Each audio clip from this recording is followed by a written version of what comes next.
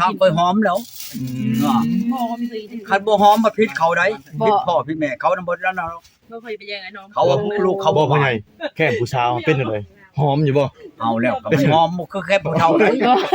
พวกแนวทาข้าแป้งน้ำแดงเนาะเนี่ยมันหอม นุ่มบ่พ่อใหญ่แค่ มัน ผู้ ก็ สาว หอมแล้ว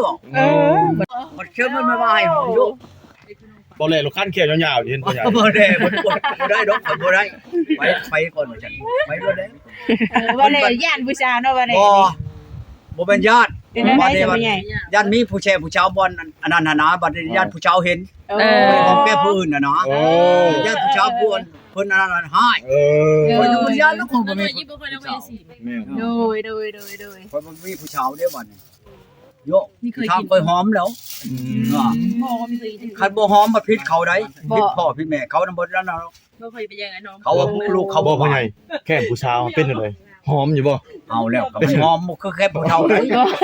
พวกแนวทาข้าแป้งน้ำแดงเนาะเนี่ยมันหอม นุ่มบ่พ่อใหญ่แค่ มัน ผู้ ก็ สาว หอมแล้ว คนละว่ามีความเรา มันบ่ได้ข้าวคือแก้ผู้เฒ่าได้ เลย เสียดายบ่แลบ่ได้หอมเนาะ เฮ้ยแค่คอยฮู้จักอยู่มื้อนั้นน่ะบ่แลคันเราหอมนี่ที่มีบ่อนอยากให้เรานี่เราจะแค่ที่เรากันสิหอมคือกันเนาะมันล้มชิปล้มแต่ตัวเองนี่เพิ่นบัดบ่ไปลี่อยู่บ่ได้เนาะบ่เลยเฮ็ดอันนั้นบ่เลยเอากอดน้ำคันกันบ่ได้บ่หารได้ทุกตัวเองอยู่สุดทางเนาะมาว่ามา พวกคนโสดเนาะพ่อใหญ่เนาะ กอดช่องเบื้องนี่เนาะมีแต่ผู้ชายก็เบิ่งก็ในชิปกอดคอวันนี้ไรกอดคอแล้วบ่นสิให้คือฮู้เอารถอันหมอขมันน่ะเอารถตู้บัดมันบ่มาใกล้หมอนั่นประโจมมาใช่โอ้ยมันจะมาถึกบ่ ใจบ่เพิ่งบ่พ่อใหญ่ บ่ถึกใจบ่พึ่งทีเด้บ่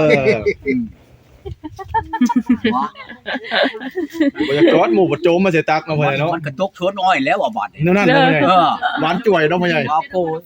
จะมันหอมครับมันหวานครับว้า กินลูดอยู่นี่อยู่พวกเจ้าเลยสิ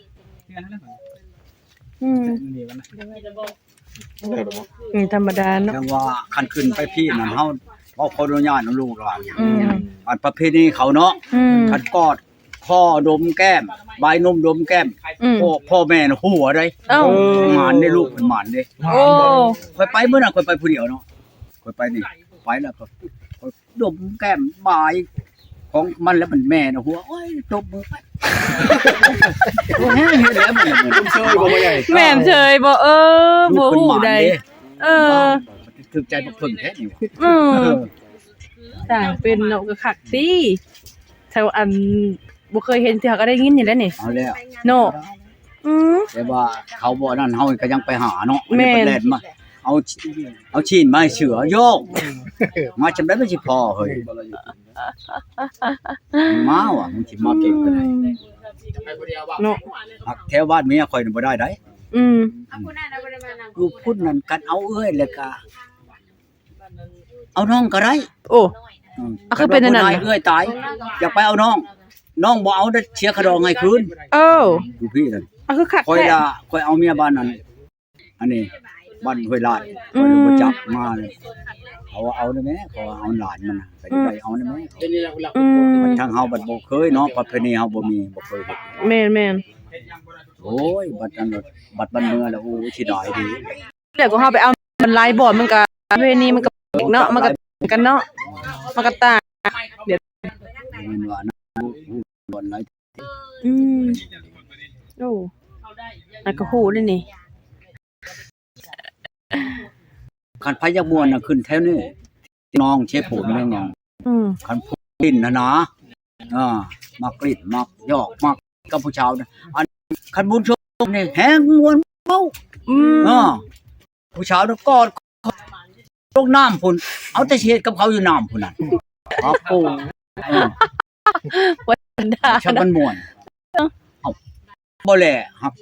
บ่ทอดบ่เอาออกบ่ชงออกไอ้อันเขาอามานับปะเปื่อยลงไปน้ำ เอาแล้วปานนั้นหนูพ่อใหญ่โอ้ เอาน้ำใส่เนาะ เฮ็ดตัวพ่อใหญ่ กูมุมอยู่แล้วเนาะโอ้ยใช่ไหมอันนี้มันแม่งว่าไปบ่หารไปบัดนี้บ่หารโอ้ยเฮาบ่หาร เป็นหยังบ่หันไปหาไปเบิ่งขึ้นมานุ่ม อืม บัดทั้งโลกอาดหักกูมานอกก้อนนี่แหละทำอันนี้รถไถนะขึ้นไปพุ่นตลาดโลก้นเขานั่นบ่ได้บินไหนต่อแล้วบัดนี้คือทางเบิ่ง อืม โอ้เป็นแต่พ่อใหญ่เนาะ น้ำใช้เนาะ เนาะบ่เลย น้ำลงเพียงคอยังเห็นอยู่แต่ตีนอยู่ลุ่มยัง แม่นำใช้นั่น ผู้เขาเอาหมอคำมันมาพอจานไปนำบอกเฮาเรียนไว้เสียเงินน้องผู้หญิงนั่น อืม เอามันเป็นอะไรว่าเฮาก็ทำน้ำเฮาสิหมดไปใช้รู้แล้ว อ๋อ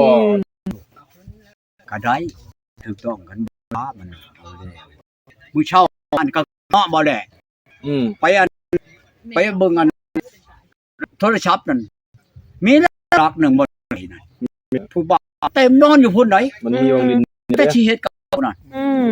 อันบ่มีทะยานได้ดอก แม่เลย ไปอยู่พุ่นมันมีเดียวนั่นกันเป็นบ้าน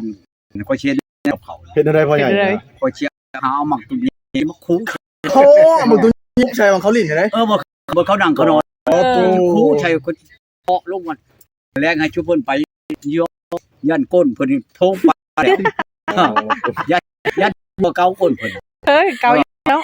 เฮ็ดแท้บ่พ่อใหญ่ ฮะเฮ็ดอันนี้ได้กันค่อยนั่นไหนคันอยู่แท้ก็สิเอามึง อืม อืม คักอยู่เนาะ ก็สิเข้าไปป่าก็สิเอาอันทงยาชบใจมาแย่แล้วโอ้ยตามบ่อนชุบเพิ่นอยู่โพดหาเนาะว่าค่อยก้นบ่จักบ่ยายได้ แม่แล้ว บ่แม่นแต่ว่าเขาไปอันไปเบิ่งอันนั้นอยู่พุ่นเด้บ่ทะยานน่ะ อืมบ่ยาน ในบ้านโอ้ยเจ้าอันมื้อนี่เจ้าสิไปโทรได้ แล้วมีแต่ญาณนี่บ่ไป แล้วก็ไปเบิดไปโหนบ่เดียวไปบอกผู้ชาวโยกันกับมันพี่กายชามมันหยังเอามันร้อนนั่นแหละบัดว่า บ่โพดน่ะ คันว่าบายกันกินควายได้บัดแล้วบัดม่านไผบ่มาด่าบ่นั่นน่ะถามก็ม่านหมู่เขาแหละมองขมันม่านหัวเบิ่งลิ้นอันนั้น อืม เจ้าชุดเขาเบิ่งเนาะ อืม อืม คือผู้เจ้าวันนี้มันบอกเขาเขาเจ้าเลยเนาะ อืมแม่น เขาตลาดเช็ดตู้ก้อนเอาเงี้ยแล้วเนาะเพิ่นเจ้าคนบ่ทันได้บอกผู้เจ้าไปเบิ่งคืนนี่ โอ้ FC หลายขนาดเขาเห็นแล้ว เป็นเซกะฮู้บ่ อยู่ 7-8 ปีผู้จักข่อย เด้อ คือบ่รู้ทางในเก่านี่ผู้จักบ่ถามบ่เลย แม่น ไปนั่ง พ่อใหญ่เนาะ ตู้ก้อนแล้วผู้จักอะไรนี่ พ่อใหญ่ก็แล้ว ตาย โอเบื่อจักทำได้ เป็นคนอยู่ยากเลยเนาะ อืม ญาติว่าคนรู้จักใครก็คน แม่นความ แม่น ใช้เลยถามโลดผู้นั้นตู้ก้อนไปดังผู้เจ้าผู้จักเขาอ่ะ ธรรมดาเด้ เจ้าผู้จักเขาอ่ะ แต่เราเมีย ผู้ใดจนว่ากับเมียจนผิดกัน ปิดกันว่า ผัวบ่จักเบิ่งอันนั้นอยากลินเบิ่งนั่นเบิ่ง อืม เมียบัดจักตัวเองนี่ บ่ตุก้อนเด้อ ผู้หลานบัด ขายดีย้อนเนาะ อันนี้น้ำบัดน้อยโมลกับเมียนี่โมลองนั่นตัวเองเมียบัดงัน อื่นพุ่นบ่เนาะ เบิ่งเนี้ยอื่นบัดนี่ดึกมองว่าไปหันเราบ่เคยเห็นบ่ถูกก้อนเอาเห็นแล้วเฮาลงคลิปวันนี้ แม่นติดตามหลายได้ ได้ชื่อคนละหนุ่ม อืม วันนั้นวายมันว่าบัดนี้เบิ่งมัน บางคนเขาเจ้าอันมันคือยังได้ฮู้จักจักตูก่อนเอาเมียแล้วจักเบิดยังก็จักเบิด ทุกคนสิได้แย่มื้อใดเนาะบ่ทำเมีย เจ้ามื้อไปหาตูก่อนเมียมื้อใดเลยแต่งมื้อใดเมื่อวานนี้ มื้อวันพุธ วันโพด ไปเอาไปเมื่อเช้าเอามาแมลงเขาว่าดิฉันมันเอาไว้ว่าไปนำไหนเกิน แม่น คนมีเงินชื่อเอาแล้วได้ขดองลูกจากคนในคนจ่าย โอ้โอ้ มันมาชงมันเท่าไปช่างแต่มาแต่เมียไม่เท่าถึงลูกน้อง ที่ได้ฉัน แล้วก็มา เบิ่งแข่งเขาแปลงเลยค่าบ่แหละ แม่นแล้ว จอมผู้ก็ได้ แม่แม่ทำเราได้ ได้กลับไปน้ำเฮาแล้วแหละเวียกงานงั้นตัวทะเบียนนั่นแหละ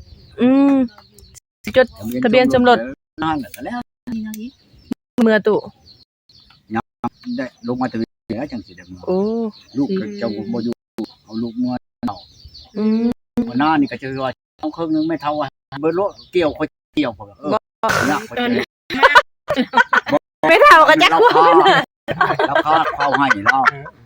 เกี่ยวที่ทำกันเกี่ยวเลยเฮ็ดเบิดเกี่ยวเนาะ โอ้ใครอยู่ มาแล้วเฮ็ดเบิด เป็นหมากคนนั้นยังบายเนาะตัวดำคิดยาก โอ้ยบ่มีข้าวบ่มีมีแต่ให้ โอ้ ขายมันขายพืชชื่อเขาบ่เท่านั้น เฮาได้เฮานำที่หลายก็มีเนาะ แม่น เรื่องนา แม่น คอยนี่มันชาม107นี่จักสิแม่นที่5เฮกตาร์พุ่น โอ้ บ่ได้น้อยเด้ เข้าไป3-4ดอย ชาม70 เกือบดอยเนาะ โอ้ลิ เอาค่อยหลาย ปีหนึ่งกินข้าว นี่น่ะค่อยเอานึงน้อง กลุ่ม3-4 ปี ได้น้อยหลายตามที่ชิมานี่มอนผู้เฮ็ดน่ะบ่มีลูกเคยก็ไปทันลูกชายก็ไปทำงานแล้วคิดบ่ได้ก็สิพุทโตแล้วก็สิจ้างเขาไถมันเขาสิว่าเนาว่าน้องบ่ทุ่งอยู่